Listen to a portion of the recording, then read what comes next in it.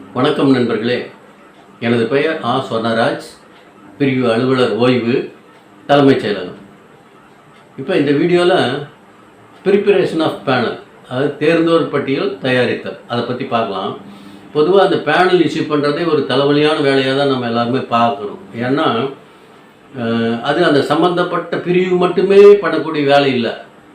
பல ஆஃபீஸிலிருந்து தகவல்லாம் வாங்கி அதை கன்சால்டேட் பண்ணி ஸ்க்ரூட்னி பண்ணி யாரெல்லாம் எலிஜிபிள் ஹேண்ட்ஸு, அப்புறம் யாரையெல்லாம் ஓவர்லுக் பண்ண வேண்டியிருக்கு, இது எல்லாம் பார்த்ததுக்கப்புறம் தான் ஒரு ஃபைனல் ஸ்டேஜுக்கு வர முடியும். அதனால் இது ஒரு லாங் ப்ராசஸ். 6 மாதமெல்லாம் கூட சில நேரம் இழுத்துட்டு போகும். கோர்ட்டு கேஸ் இருந்தால் அதுவும் முடியாமல் போயிடும். அதனால் இதில் எந்தெந்த இடத்துலலாம் டிலே ஆகும் அப்படிங்கிறத பற்றி இதில் நம்ம கொஞ்சம் மேலோட்டமாக பார்க்கலாம். ஒன்று, பழைய பேப்பர் இருக்கணும். அதாவது பழைய பேனல் போட்ட க்ளோஸ்டு பேப்பர்ஸ் பூரா ரெடியாக நம்ம வச்சுருக்கணும். அப்போ தான் அதில் யாரையாவது ஓவர்லுக் பண்ணி விட்டுருந்தோம்னா, இப்போ அவர் இந்த பேனலில் வர்றாருன்னு சொன்னால் அவரை கன்சிடர் பண்ணுறதுக்கு அதை நம்ம ரெஃபரன்ஸில் காட்ட வேண்டியிருக்கும். ஏன் போன பேனலில் அவர் பேரை ஓவர்லுக் பண்ணோம், இந்த பேனலில் அவர் எப்படி எலிஜிபிள் ஆகுறாரு அப்படிங்கிறத நம்ம சொல்கிறதுக்கு அது ஈஸியாக இருக்கும். ரெஃபரன்ஸுக்கும் அது தயாராக நம்ம வச்சுருக்கணும். இது ஒன்று. ரெண்டாவது, சீனியாரிட்டி லிஸ்ட்டு ரெடியாக இருக்கணும். அது போன வருஷம் ஒரு சீனியாரிட்டி லிஸ்ட்டு இஷ்யூ பண்ணியிருப்போம். அதில் யாரோ ஒருத்தர் இன்டர்ஸ்டேட் சீனியாரிட்டி ஃபிக்ஸ் பண்ண சொல்லி ஏதாவது அப்பீல் கொடுத்துருப்பாரு. இப்போ அது அண்டர் பெர்வியூசலில் இருக்கும். இப்போ அதில் ஃபைனல் டெசிஷன் எடுத்ததுக்கு அப்புறம் தான் நம்ம ரிவைஸ்டு சீனியாரிட்டி லிஸ்ட்டு போட்டுட்டு அதன் அடிப்படையில் தான் பேனலாக இஷ்யூ பண்ண வேண்டியிருக்கும். அதனால் இந்த சீனியாரிட்டி லிஸ்ட்டும் நமக்கு ரெடியாக இருக்கணும், தயார் நிலைமையில் இருக்கணும், அப்டேட்டடாக இருக்கணும். மூணாவது, எஸ்டிமேட் ஆஃப் வேக்கன்சி கரெக்டாக பண்ணியிருக்கிறோமா அப்படின்னு பார்க்கணும். ஏன்னா அதில் அந்த கம்பல்சன் அப்பாயின்மெண்ட்டுக்கு இத்தனை போஸ்ட்டு அப்போசன் பண்ணியிருக்கிறோமா அது இருந்துச்சுன்னா அதை பார்க்கணும். அப்புறம் டைரக்ட் ரெக்ரூட்மெண்ட்டுக்கு ஏதாவது போஸ்ட் அப்போசன் பண்ணியிருந்தோம்னா அது சரியாக இருக்கான்னு பார்த்துக்கணும். அப்புறம் ஏதாவது போஸ்ட்டு அபேண்டன் பண்ணுறோமா அப்படிங்கிறத பார்த்துருக்கணும். புது போஸ்ட் ஏதாவது க்ரியேட் ஆகுதா அப்படிங்கிறத பற்றி பார்க்கணும். அப்புறம் டெம்பரரி போஸ்ட்டா, பர்மனெண்ட் போஸ்ட்டா, இது எல்லாமே நம்ம பார்க்கணும். அப்புறம் டெப்டேஷனில் எத்தனை பேர் நம்ம அனுப்பிச்சிருக்கிறோம், இப்போ இதெல்லாம் வெரிஃபை பண்ணி அதெல்லாம் டேலி ஆகுதா அப்படிங்கிறதெல்லாம் பார்த்து அந்த எஸ்டிமேட் ஆஃப் வேக்கன்சியும் கரெக்டானதாக இருக்கணும், அதையும் செக் பண்ணணும். அப்புறம் அந்த பெரிய தலைவலியாக இருக்கிறது அப்டேஷன் ஆஃப் பர்சனல் ஃபைல்ஸ்.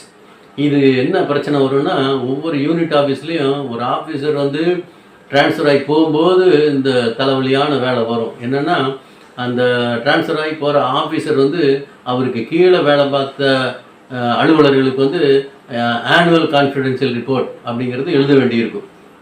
இது அவர் ரிப்போர்ட்டிங் ஆஃபீஸருங்கிற ஒரு ஸ்டேட்டஸில் அவர் எழுத வேண்டியிருக்கும். அவர் எழுதுனதுக்கப்புறம் அதில் ரிவ்யூயிங் அத்தாரிட்டிக்கிட்ட அவருடைய ரிமார்க்ஸ் வாங்கணும். அப்புறம் அக்செப்டிங் அத்தாரிட்டிக்கிட்ட ரிமார்க்ஸ் வாங்கணும்.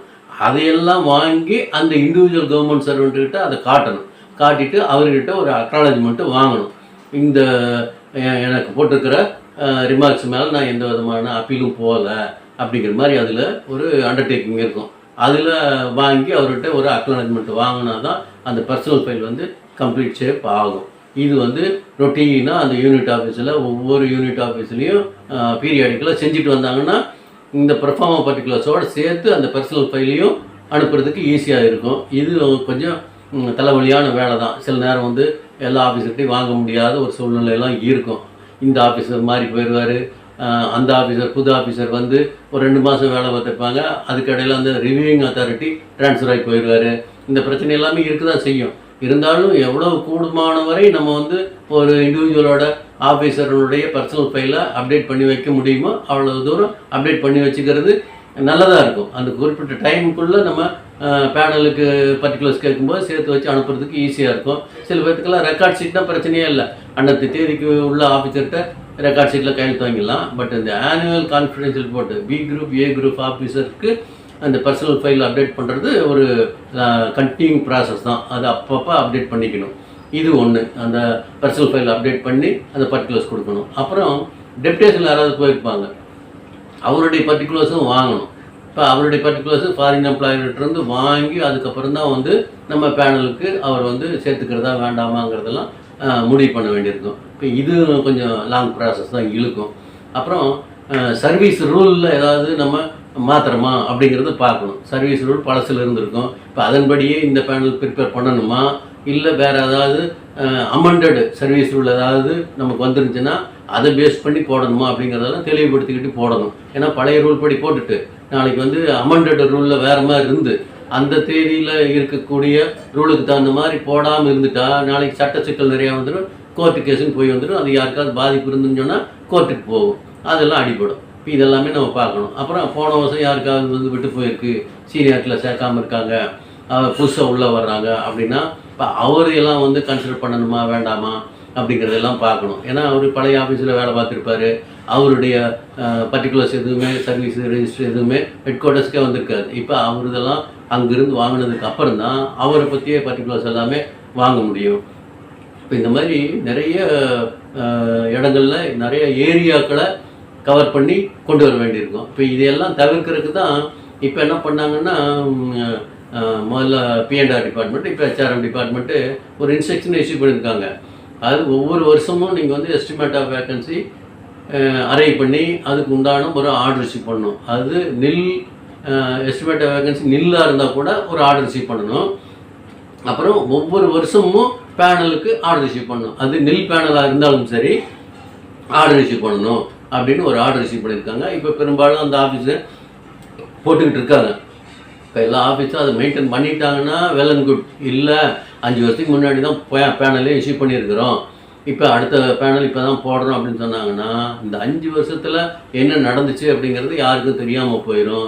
அதில் வந்து நிறைய பர்டிகுலர்ஸ்லாம் கேதர் பண்ணி சப்போர்ட்டிவ் டாக்குமெண்ட்ஸ் எல்லாம் வைக்க வேண்டியிருக்கும். அதனால் எவ்ரி இயருக்கு எஸ்டிமேட் ஆஃப் வேக்கன்சிக்கு ஒரு ஆர்டர் ரிசீவ் பண்ணுங்கள், எவ்ரி இயருக்கு பேனலுக்கு ஒரு ஆர்டர் ரிசீவ் பண்ணுங்கள். அது கவர்மெண்ட் சொன்ன மாதிரி எஸ்டிமேட் ஆஃப் வேக்கன்சி நில்லாக இருந்தால் நில்லுன்னே ஆர்டர் ரிசீவ் பண்ணிடுங்க.